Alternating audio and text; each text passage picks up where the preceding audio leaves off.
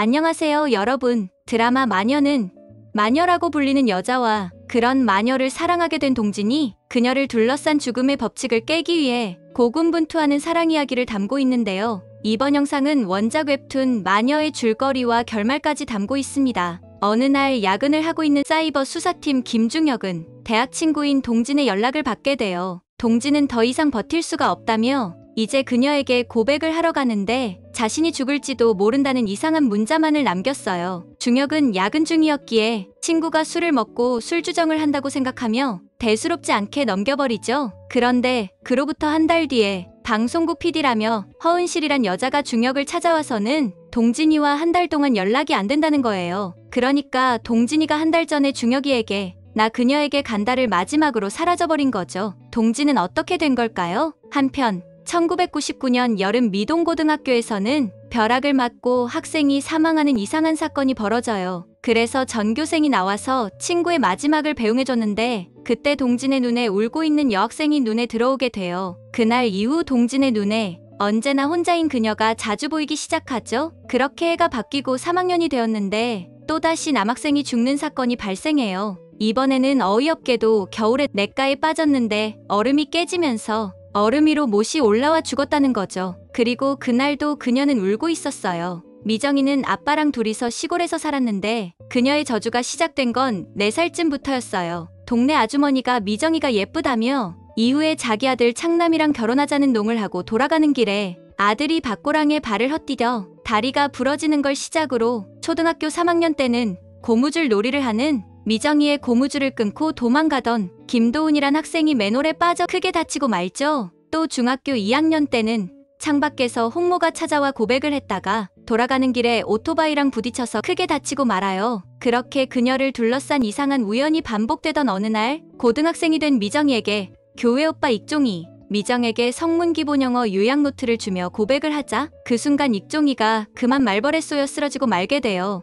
이후에도 미정이 반에는 사건 사고가 많아졌어요. 그런데 특이한 건 모두 남학생들만 사고를 당한다는 거였죠. 그러면서 미정이는 자연스럽게 친구들과 멀어지기 시작했어요. 그리고 그날은 비가 많이 오는 날이었죠. 우산을 같이 쓰고 갈 친구가 없어 하염없이 밖을 보던 미정이 옆에 같은 반 김정환이 우산을 같이 쓰고 가자는 거예요. 그렇게 정환이는 미정이의 집 근처까지 와서 갑자기 미정이에게 고백을 해버려요. 그리고 돌아가는 길에 낙뢰를 맞고 죽게 되죠. 미정이는 이 모든 게 자기 때문이라는 죄책감에 빠지게 돼요. 그로부터 얼마 뒤 하교길에 이번에는 연상우가 말을 걸더니 야, 박미정, 김정환 죽은 거 너 잘못 아니야. 나도 너 좋아한다고라고 고백을 하는 거예요. 그리고 하필 그날 연상호는 겨울 냇가에 빠져 죽고 말아요. 이 일로 미정이는 마녀라는 소문이 퍼지기 시작했고 미정은 더 이상 학교를 다닐 수 없어 스스로 그만두고 말아요. 문제는 작은 시골 마을에는 비밀이란 게 없다는 거였죠. 소문은 곰팡이처럼 번져나갔고 결국 아빠는 미정이를 데리고 서울로 떠나기로 결심을 해요. 그러면서 딸에게 어떠한 순간에도 학업을 포기하지 말자고 약속을 하죠. 그렇게 아빠는 서울로 가기 위해 밤낮 없이 일을 했고 미정이도 사람들의 눈을 피해 아빠의 농사를 도왔어요. 그러던 어느 날 미정이가 독사에게 물리게 되고 아빠는 미정이의 피를 대신 빨아주다가 독이 몸에 퍼져 그 자리에서 돌아가시고 말아요. 이후 미정이는 아버지마저 죽게 만든 마녀라고 불리며 마을에서 쫓겨나다시피 해서 떠나고 말죠. 한편 대학에 진학한 동진은 첫 방학 때 미정이에게 줄 검정고시 자료와 미정이가 마녀가 아니라는 통계 레포트를 들고 고향으로 내려가요. 그런데 미정이가 떠났다는 거예요. 그렇게 동진과 미정은 어긋나고 말아요. 한편 중혁을 찾아온 은실과 미정의 관계는 11년 전으로 거슬러 올라가요. 당시 대학교 3학년이었던 은실은 학생회장이었는데 유독 그 애 학생들 사이에서 다친 애들이 많은 거예요. 이래저래 해서 은실은 미정이를 만나려고 기다렸는데 하필 그때 교수가 미정이에게 수작을 거는 장면을 목격하게 되고 무슨 일인지 미정이가 놀라서 교실을 뛰쳐나오는데 그런 미정이를 창문에 걸터앉아 지켜보던 교수가 그만 떨어져 사망을 하고 말아요. 그리고 이 사건으로 미정은 학교를 그만두게 되죠. 그런데 이때부터 학교에 이상한 소문이 돌기 시작했어요. 미정이가 시골에서부터 마을 남자들을 싹 죽이는 마녀라는 거예요. 은실은 이런 미정이가 안쓰러워 그녀를 찾아가요. 미정은 일부러 사람들을 마주치지 않으려고 철거가 발표된 으슥한 곳에 혼자 살고 있었죠. 그리고 그곳에서 은실은 미정이가 얼마나 큰 외로움을 견디고 살아가는지 느끼며 그녀가 너무 안쓰러웠어요. 그렇게 은실과 미정은 자매 같은 사이가 되었는데 수개월 후 또다시 사건이 벌어지고 말아요. 이웃의 남자가 미정이에게 관심을 보였고 만취된 상태에서 미정이 집 문 앞에서 고백을 했는데 하필 철거 예정이었던 이웃집이 붕괴되면서 사망하고 만 거예요. 이 일로 미정은 너무나 괴로워했어요. 그리고 이런 미정이를 곁에서 지켜보던 은실이는 아무나라도 좋으니 제발 미정이의 삶을 구원해 주길 바랬죠. 그러다가 은실은 지금으로부터 1년 전쯤 김중혁이라고 경찰을 사칭하는 동진을 처음 만나게 되었고 그의 진심에 은실이도 그에게 기대를 걸게 돼요. 한편 만나야 할 인연은 다시 만나게 되어 있나 봐요. 동진이는 미정이를 놓친 후 10년이란 시간이 흘러버렸어요. 그 사이에 동진은 어머니가 돌아가시고 회사원이 되었죠. 그런데 전철 안에서 만취된 남자가 어떤 여자에게 첫눈에 반했다면서 미정 씨 내 이름은 김현철이에요. 사랑해요라고 고백을 하는 거예요. 그 순간 미정이는 전철에서 내려버렸고 동진은 무작정 그런 미정이를 따라갔어요. 그리고 홀로 괴로워하는 미정이를 보게 되죠. 이후 동진은 집에 돌아와서 전철에서 고백남이 어떻게 되었는지 찾아봤는데 이후 남자는 갑자기 경련을 일으키며 쓰러졌다는 거예요. 동진은 이날부터 미정이를 구원할 방법을 찾기 위해 자기만의 전쟁을 시작해요. 동진은 그녀 주변에서 사고를 당한 사람들을 찾아다니며 통계적 패턴을 찾아내려고 했죠. 그렇게 6개월간 매달리면서 동진은 드디어 패턴을 찾아내요. 사실 동진이 이렇게까지 이 일에 매달리는 건 엄마의 믿음 때문도 있었어요. 엄마는 과거 미정이를 마을에서 내쫓을 때 앞장섰던 것이 평생 미안했었죠. 그러던 어느 날 엄마는 동진이가 미정이를 구하기 위해 쓴 레포트와 미정이에게 줄 검정고시 자료들을 보면서 아들의 마음을 알게 된 거예요. 엄마는 아들이 증명해줄 걸 믿는다며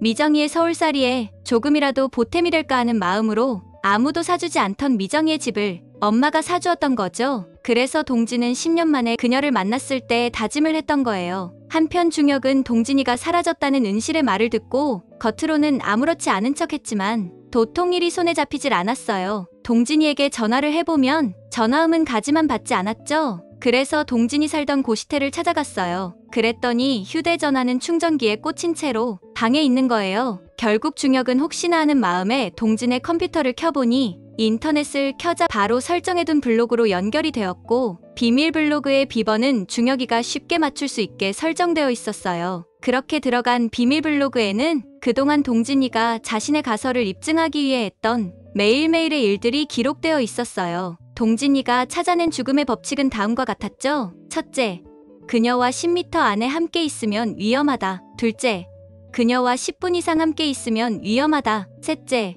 그녀와 10마디 이상 대화를 하면 위험하다. 넷째, 그녀가 내 이름을 알면 위험하다. 다섯째, 그녀에게 사랑을 고백하면 위험하다. 그리고 위의 모든 법칙을 어기면 죽는다. 단 모든 법칙은 미정이를 좋아하는 사람에 한해서였죠. 그리고 동진은 언제나 창문으로 미정이를 지켜보고 있었어요. 중혁이는 동진이가 왜 이렇게까지 그녀에게 집착하는지 이해가 되지 않았죠. 왜냐면 동진이가 찾아낸 죽음의 법칙에 10m, 10분, 10마디를 찾아내기 위해서 동진이는 수도 없이 많은 실험을 했기 때문이에요. 사실 동진은 매주 배달부로 미정이를 만났거든요. 물건 확인을 핑계로 시간, 거리 그리고 단어 수를 확인했고 또 만약 법칙을 어기면 어떻게 되는지까지 스스로 실험을 하며 법칙을 알아낸 거였죠. 그러던 어느 날 미정이가 한 달에 한 번 아무 버스를 타고 종점까지 갔다가 돌아오는 그녀만의 여행을 떠나는데 동진이 몰래 따라갔어요. 그녀와의 안전거리를 확보하면 괜찮을 거라고 생각했거든요. 그런데 그녀가 동진이 쪽으로 걸어오면서 첫 번째 법칙인 10m가 무너지고 만 거예요. 그렇다면 10분 안에 내려야만 동진은 살 수 있는 거죠. 하지만 비가 내려 차가 막혔고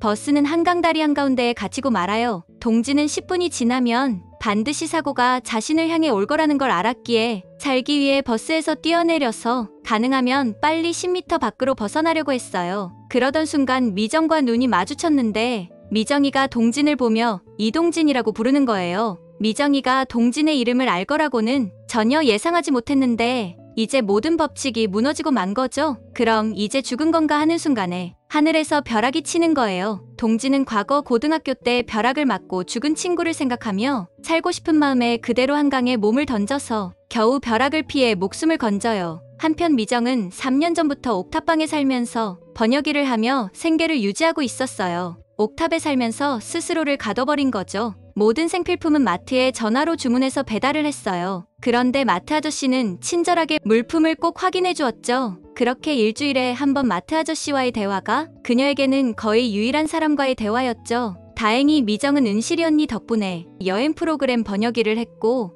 영상에서처럼 멋진 곳에 가서 햇빛을 쬐며 커피를 마시고 싶다는 소원도 생기게 되었어요. 하지만 현실은 매일 혼자였죠. 그럼에도 미정이는 살아가는 것만으로도 충분히 의미가 있다며 스스로 괜찮다고 최면을 걸며 일부러 소리를 내서 웃었어요. 그리고 한 달 전쯤 동진이 찾아온 거예요. 사실 미정이가 동진이의 이름을 아는 건 고등학교 때 학교 벽에 있는 박미정 마녀라는 글씨를 열심히 지워주던 모습이 고마웠고 이후 소포로 받은 졸업사진에서 그때 그 학생을 찾아 이름을 확인했기 때문이었죠. 한편 버스 사건 이후 동진은 미정이가 자신의 이름을 아는 것에 놀랐고 문득 미정이는 무슨 생각을 하며 사는지 궁금해졌어요. 그러다가 순간 자신의 모습에 심한 자괴감과 모멸감이 밀려오게 돼요. 현실에서 동진은 그냥 미친 스토커에 불과하잖아요. 결국 동진은 모든 걸 멈추고 이제 자기 인생을 살아야겠다고 생각했죠. 그런데 동진의 눈에 억지로 웃으며 힘겹게 버티는 미정이가 보였어요. 동진은 자신이 미친 스토커일지라도 그냥 그녀를 구해주고 싶었고 그러던 찰나에 새로운 변수가 떠올랐죠.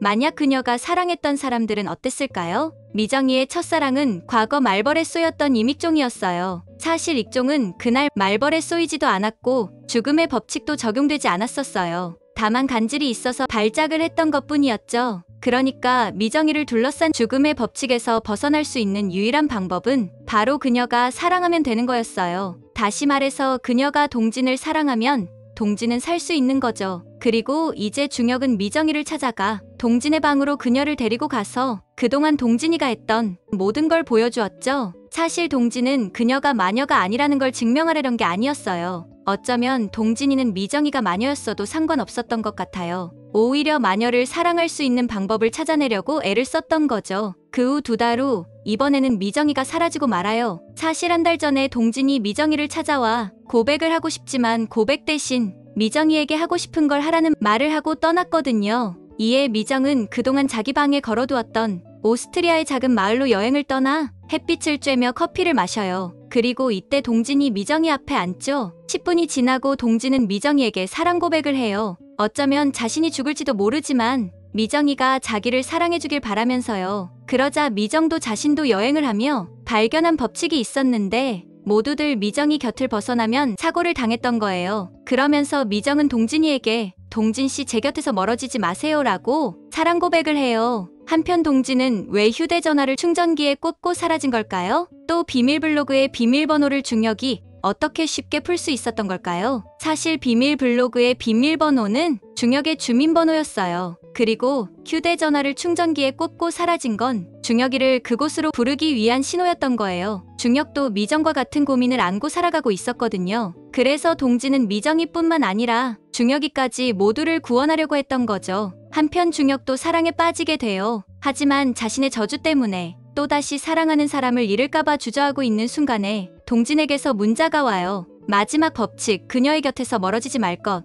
이제 중혁은 있는 힘을 다해 은실에게 달려가며 이야기는 끝이 나요. 저는 곧 다음 영상으로 찾아올게요. 구독, 좋아요, 알림 설정 해주시면 안 될까요?